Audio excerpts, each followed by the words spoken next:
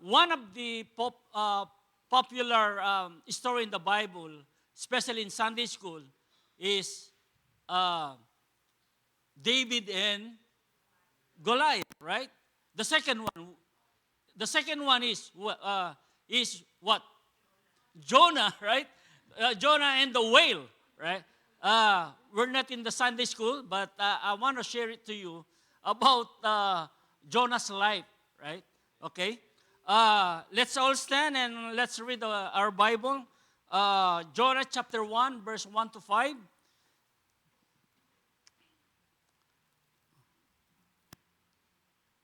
I don't know.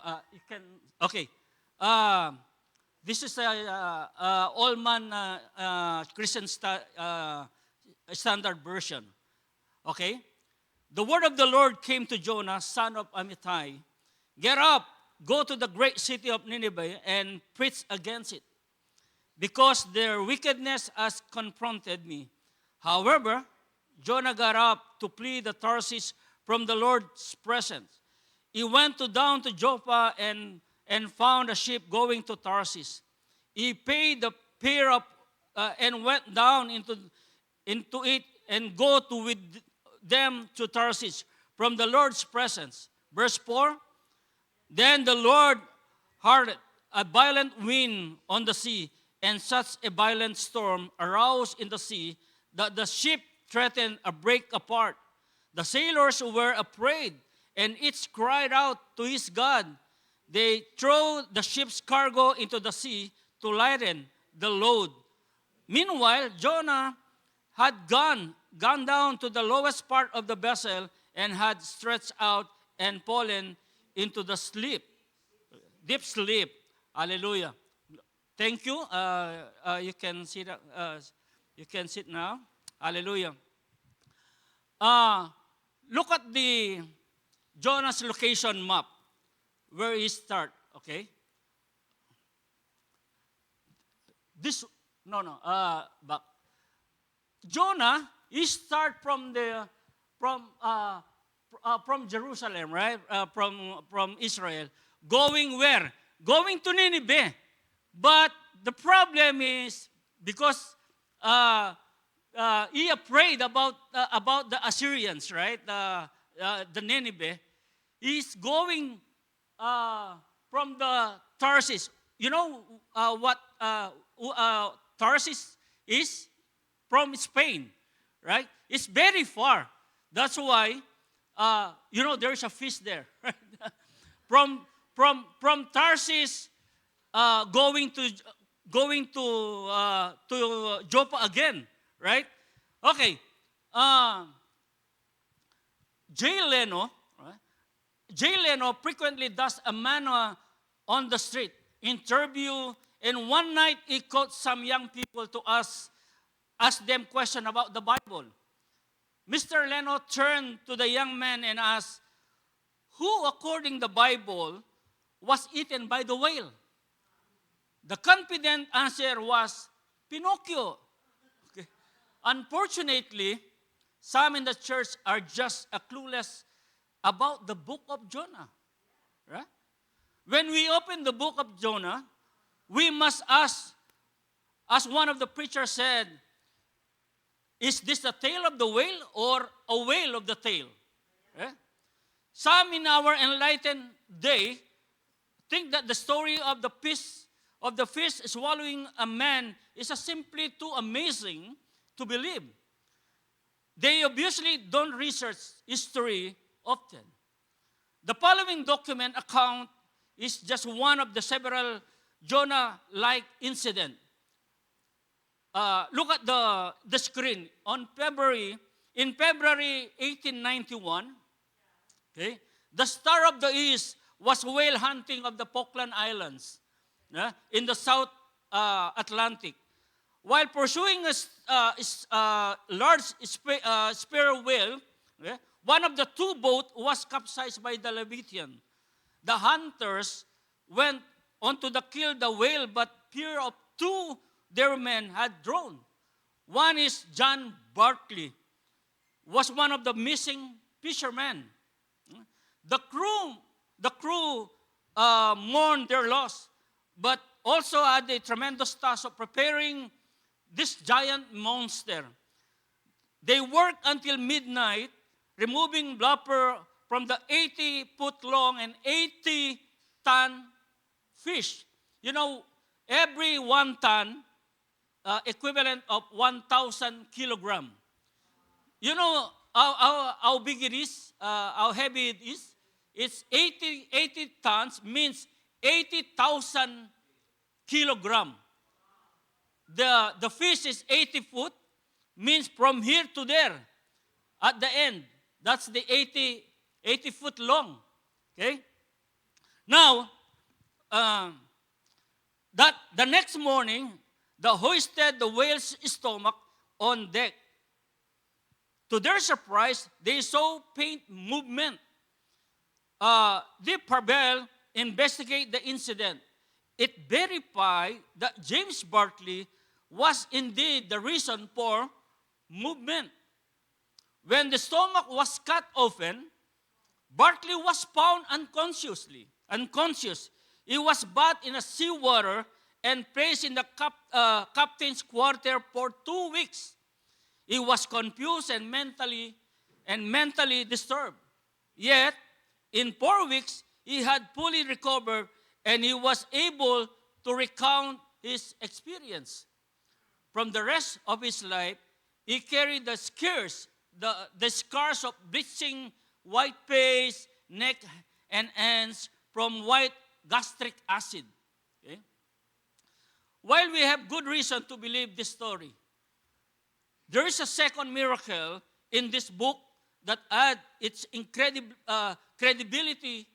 Jonah, the prophet of God, honestly revealed these personal failures. To some extent, we believe the prophet because we find ourselves in the story. In fact, the book of Jonah is a great place to turn the critic our spiritual condition.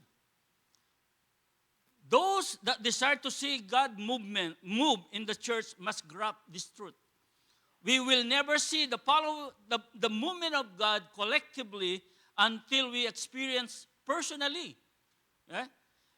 In our information-based society, we have fixation on indicators like weather indicators. Right? We have in our app there is a weather network. We have economic indicators, political indicators. Even our cars have indicator lights, right? Okay? You know, high blood pressure is an indicator, means you have a high cholesterol. Maybe more. Not only cholesterol, no, maybe more. Fever is also an indicator of our body. Means you have an infection, right? Amazingly, it was the same in Jesus' day. For that matter, he rebuked them for understanding the weather better than the spiritual condition of the day. As we prepare for revival, we need to examine our spiritual condition, right? And a close look at a backslidden preacher might reveal some things we need to address. What are the indicators that we need to return to God? Okay? What are the indicators that we need to return to God? Okay, number one, okay, we ignore God's word. Number one, okay. In verse 1, Jonah chapter 1, verse 1, notice the phrase, the word of the Lord came to Jonah. It reminds us that God constantly tries to speak the heart of His people. Perhaps we should ask, God has spoken to your heart about any area of your life. Really? It is not a question of whether God has spoken, but whether we are listening. Okay? Ultimately, we ignore the word that speaks to our hearts of two reasons. Number one, we ignore God's word.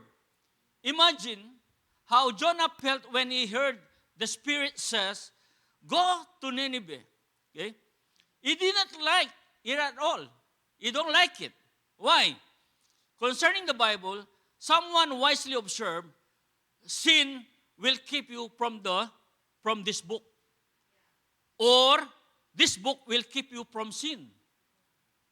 When Christians drift from God, they typically begin here. Ignoring God's word is dangerous. I want to repeat to you. Ignoring the word of God is dangerous. When we stop reading Scripture and applying its principle, we don't just stand still. We actually start drifting away from God. Like Peter said, Peter tells us that long for the word, so we may grow in respect in our salvation. Okay? Letter B, we don't love it as we should. Okay? God's word is truly a love letter. Okay? And when we love God, we will want to hear from Him. I remember 1980s. I'm 18 years old. Back then, there's no cell phone, right? No text messenger, no video calls, no Instagram, no Twitter. You know what happened? When we did, we wrote a love letter. Yeah? Love letter to the girls we like. And when he answered a letter and said something nice, you know what happened? We read over and over again, right? we read over and over again. Church calls consistently provide a helpful and numerous insight through Peanuts comic strip. In one run, he showed Charlie Brown's sister, Sally, struggling with her memory verse for Sunday. She was lost in her thoughts trying to figure it out when she recalled. Maybe it was something from the book of re-evaluation, not revelation. A book of re-evaluation. She never did find her memory verse. It was something from the verse, but she sure has something to remember when it comes to study the Bible. We should always read it with the intent of re-evaluating our attitude and actions to make sure that we are sharpening up with the truths of the Word of God. Right?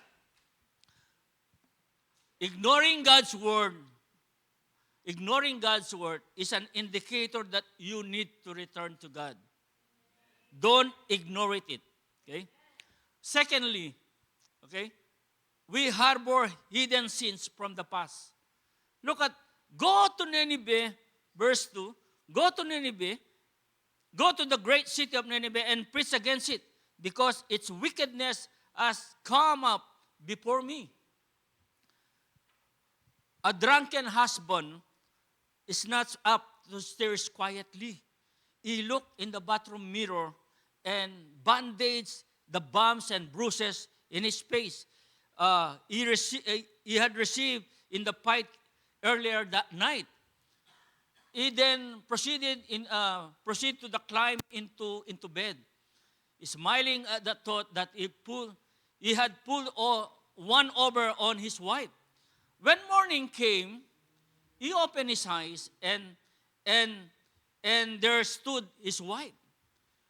You were drunk last night, were not you? No, honey. No, honey. Well, if you are not then, who put the bandage on the bathroom mirror?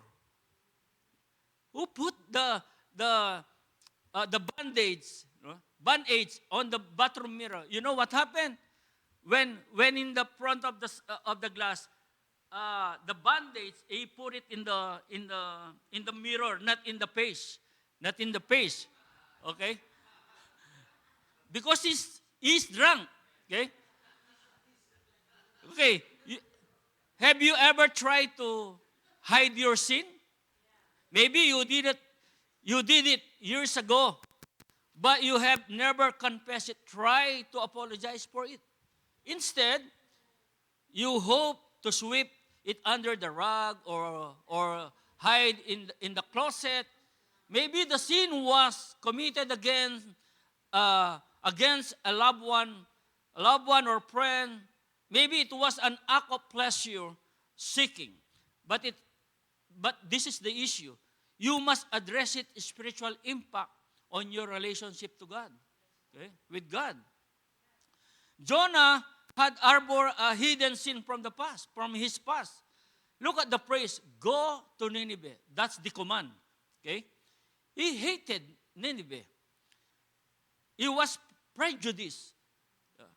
Nineveh was the capital city of Assyria. An inhuman people that scours the earth. Why? The Assyrian had a strict take no prisoners policy. No prisoner. Okay? They would pull out the tongues of their captives and skin them alive. In Tagalog, binabalatan. Okay? As they left conquered the city, they piled the skulls in their victims outside the ruin. Okay? Jonah, the man whose name means dove, okay, had grown popular as the prophet that denounced the Assyrians. And now he feared he would lose credibility with the Israelites if he went to preach the offer of grace to the Assyrians. But this hidden sin had come back to haunt him. Now, it became the excuse for his rebellion against God. Okay? We should all remember Numbers verse 23. But if you fail to do this, you will be sinning against the Lord. And you may be sure that your sin will find you out. Okay? Even in Isaiah chapter 1, verse 18, come now, let us settle this matter. Means their sin, right?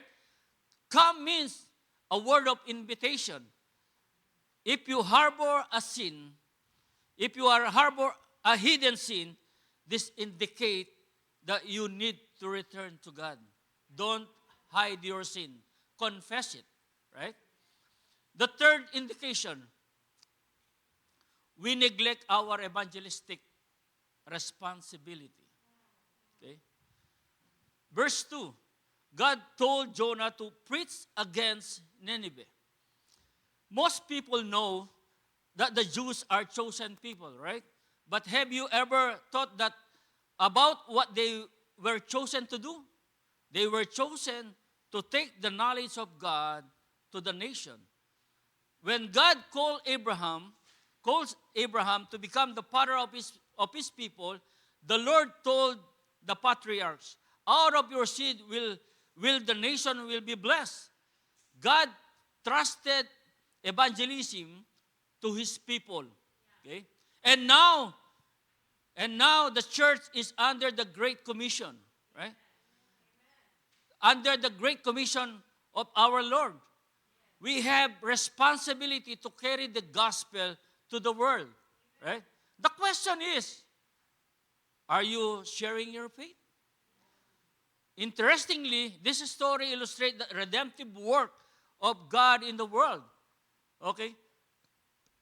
Letter A, look at the A, God. Okay? He loves the world and sent us to them. The love of God is available to the wicked and vile as well as the civil and self-righteous. Right? Letter B, okay? Nineveh means the Assyrians represent the unconverted and desperate need know both God's love and their impending judgment. Okay? Look at the statistic. The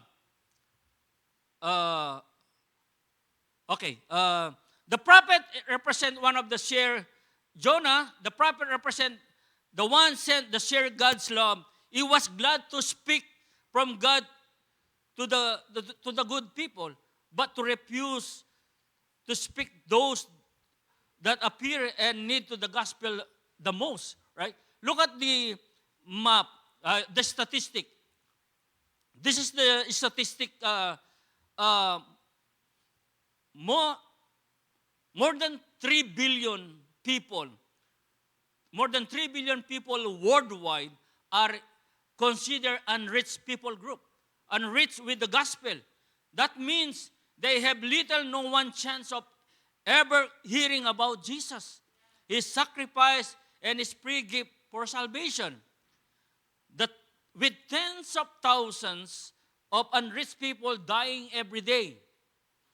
Sovereignly, reality is that scorn of people live their entire lives never knowing the truth of the gospel. That leads to an uncomfortable question. What happens if someone never hears about Jesus? They are going to hell. This is our mandate. This is our responsibility to share the Word of God. Look at the map. What is the red over there? Red means the unreached people group. The people not hearing the Word of God. Until now. Okay. One of the singer, 1980s, Steve Green. This is the Steve Green, you know. He wrote the one of the good song, "People Need the Lord." I want to sing it a little bit, but okay. You know this song? This song. Look at this one. We are called to take His life to the world where wrong seems right. What could be a greater loss for sharing life with one who's lost? Look at the we are called to take His life to the world where wrong seems right. What could be to the great a cause for sharing life with one who's lost?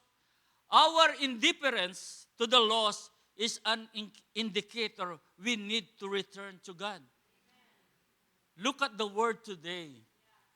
Until now, you need to reach the people around us. You know, our community, our relatives. Right? This is the mandate of the church, to share the word of God, to share the gospel of our friends, neighbors, co-workers, relatives, and in our community.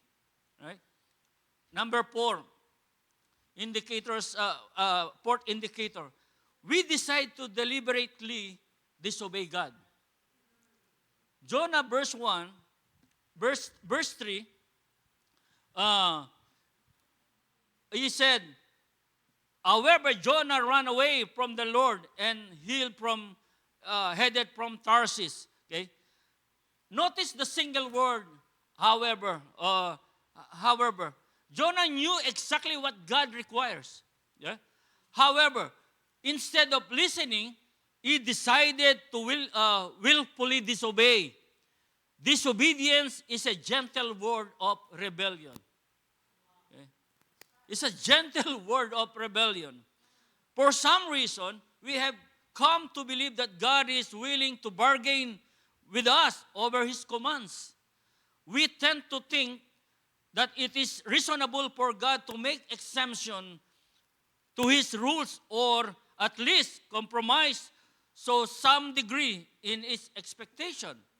Knowing this, God does not negotiate His commands. He did not from Abraham, Moses, or David. And He will not for us. If you testify, I believe in God, but then qualify it with a however, then you need to return to God. Right? Number 5. Fifth indicator. We run from our calling. Okay? We run from our calling. Verse 3. Okay? Jonah got up to flee from the Lord. Those words are even more stark when we remember that Jonah was a prophet of God. Notice, three important phrase here. To flee. Look at the to flee. The irresponsibility of running from God. Okay? When it comes from to our calling, the Christian can find himself or herself in one of, of three situations. Okay? Number one, never started. Never started but quit. Uh, you are making excuses or going strong in service, but consider how irresponsible for it is for you personally to run from God given assignment. Okay? Beside that, beside that, think of the eternal consequences from those God intend for you to minister to. Okay? Letter B, to Tarsus. What is the Tarsus? The insanity of running from God. What what is your Tarsus? It is place you have gone to that is the opposite God's will for your life, right? He tried to run far from God, call as possible. His rebellion led him to do that which he would never have considered previously. Okay? From letter C, from God, the impossibility of running from God. Can you truly escape some Tarsus from God? Of course not. You can run, but you cannot hide from God. Consider these three questions. Or four questions, right? What has God called you to do? What has God given you a passion about? Where are you supposed to do it? When should you do it? Okay? Neglecting your calling is an indicator that you need to return to God. Okay? Last but not the least, the sixth indicator, we disregard God's correction. In the midst of a God-sent storm, Jonah had fallen into a deep sleep. His sleep is a good metaphor for spiritual indifference. Some people today are so asleep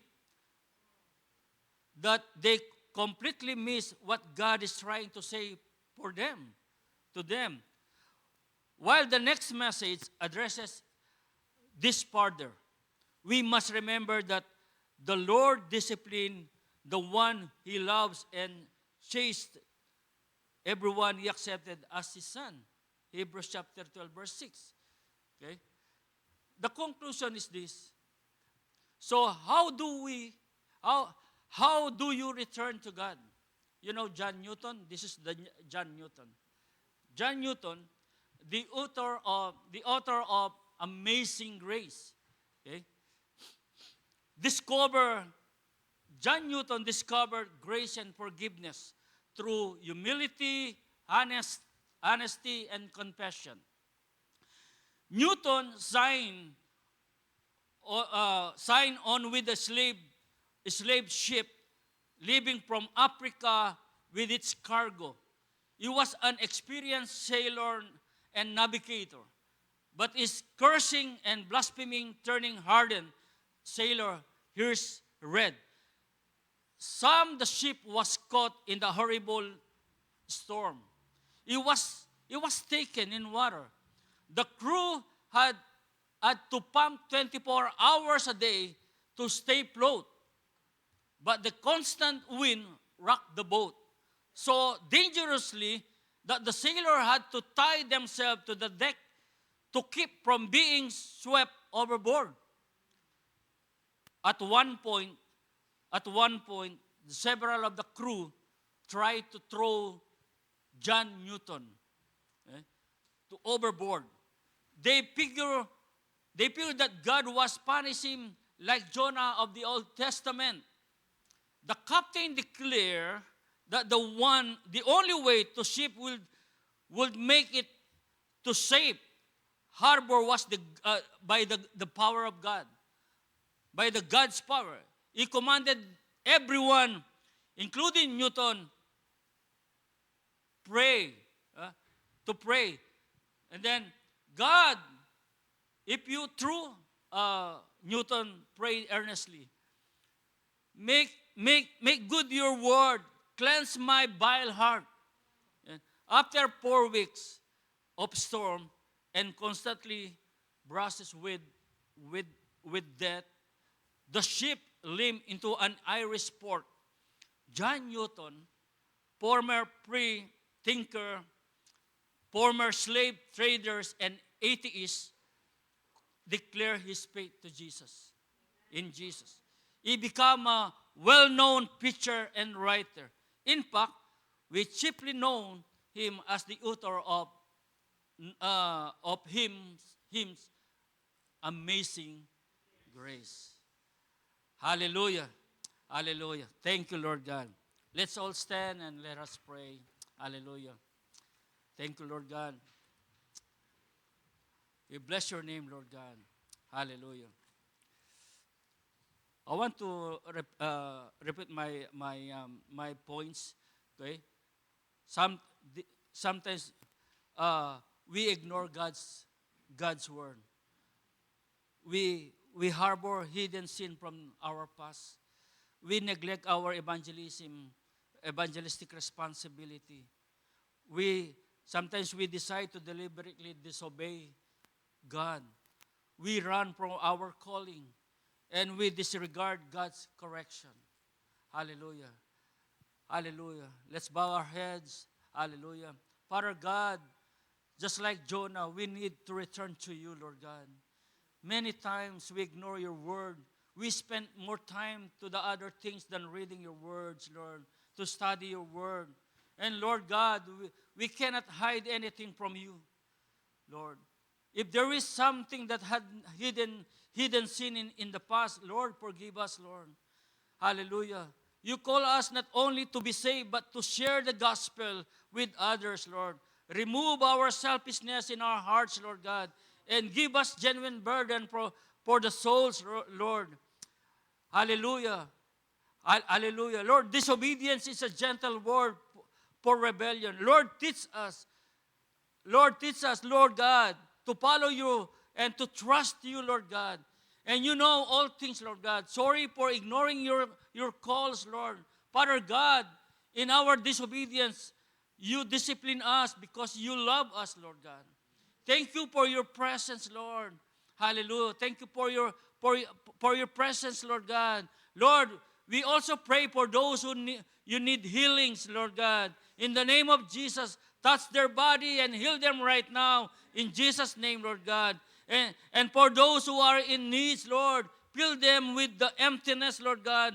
Hallelujah. Father God, you are Jehovah Jireh, Lord. Bless each every one of us, Lord God. Thank you, Lord God. Hallelujah. Hallelujah.